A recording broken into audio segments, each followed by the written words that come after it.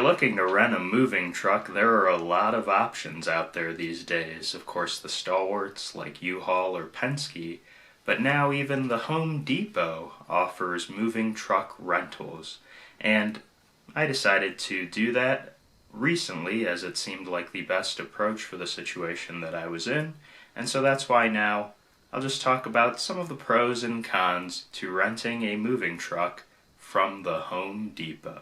The pros involving renting a moving truck from Home Depot all involve math, so if you're not a fan of math, this might not be a pro. But there's two major things that Home Depot provides in their moving truck rentals that might be a benefit to you. First is unlimited mileage on their rentals. So if you do have a one-day move that's going to involve a lot of mileage, but you could knock it out within the time frame in which Home Depot opens and closes, it may be a worthy investment to just getting a Home Depot rental as opposed to a rental from another company. You may end up saving money. But of course, it's about you figuring out if the mileage involved and if it can be accomplished within that span to make it worth that savings. Also, Home Depot rents at certain time frames as well too. So if you just happen to be doing a quick in-town move that might only last you a couple hours or so, then Home Depot is a great option in that, again, unlimited mileage, not that you're going to put on a lot of mileage, but again, the rates are pretty affordable, and if you can knock out that move or you're just going to pick up something that you purchased that's pretty large, Home Depot can accomplish that pretty well in your moving truck rental or cargo van rental from there. Now the cons to a Home Depot moving truck rental are more in the realm of organizational decisions. For example, you can't make reservations on these moving truck rentals, and that's because it's the Home Depot. It's a giant retail store. It only has a select number of moving trucks and cargo vans available at each store.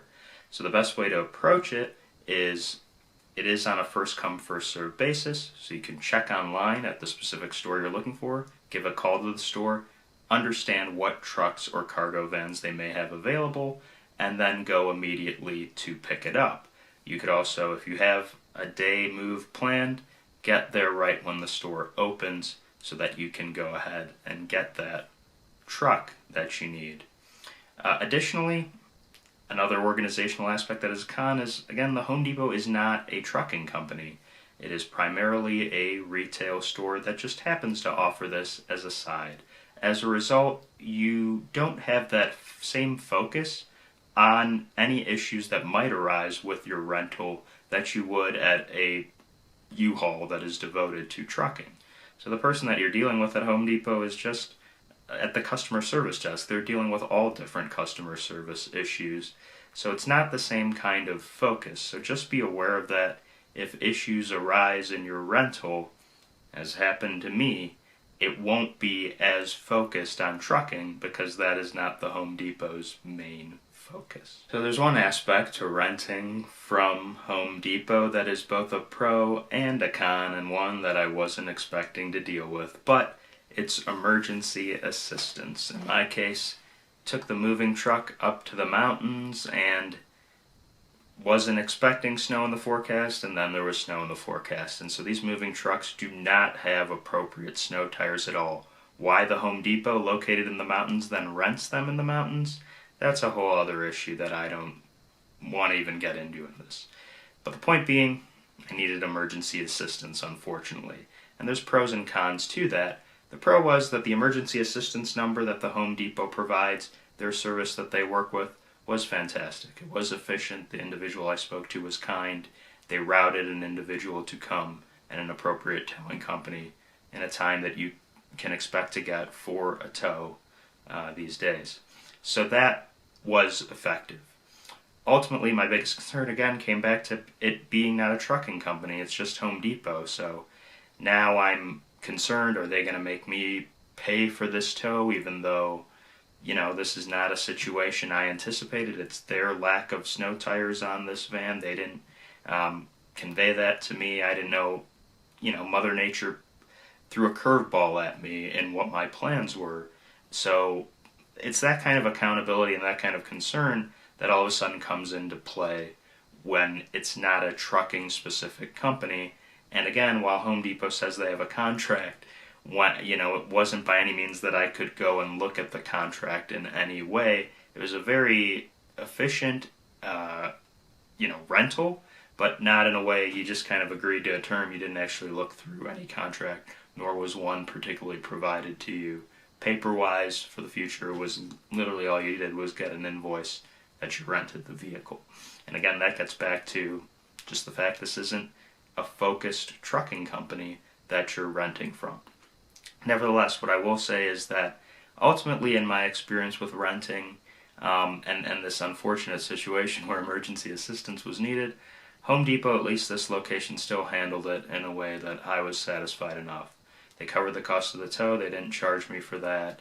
They ultimately, charged me a reasonable amount given the circumstances, that I felt like, okay, I'm not going to have to fight them over this, thankfully. But again, if you're dealing with one particular store and this type of issue arises, they want to get a lot of money out of you and you want to fight over that, who the hell do you fight with over this? The customer service person is not going to help you. They're just doing their job. You're going to have to go to a managerial level at the store, or you're going to have to go deal with Home Depot corporate. I mean, that is a lot that I was concerned about given the circumstances that arose. Luckily, it didn't lead to that, but that is, again, a situation where when you're deciding to rent from a company whose main focus isn't trucking, but is all these other different aspects to home improvement, who are you going to deal with when an unfortunate situation or a situation where a particular store might try to get as much money out of you for a situation that might not be your fault? That's something to have to deal with and battle with and consider as you choose to rent. So, the big question, would I rent a moving truck again from the Home Depot? And well, first of all, let's be clear, I don't want to rent a moving truck again, period. I'm coming up on my late 30s. I don't want to move anymore. And in this case, I had to move by myself a ton of outdoor and gardening equipment. I don't want to do this anymore. But if the situation were to arise where I would need a moving truck, again, I wouldn't hesitate with renting from the Home Depot, but those two pros are the really important things.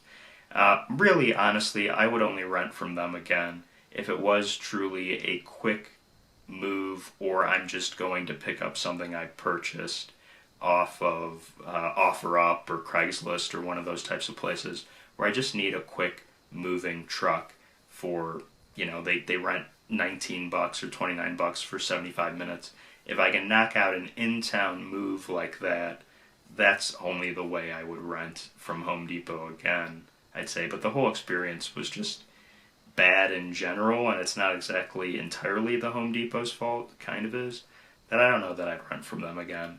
I prefer maybe spending a little more money, even if the math matches up, to go with a reliable and noted trucking company like U-Haul or Penske, where I know that if situations or issues arise, that I'm dealing directly with a company focused on trucking, and I can deal with them through that. Well, that's that. And in conclusion, it's not Home Depot, it's the Home Depot. That's what home improvement people in Ohio would say. We're gonna make it come tonight.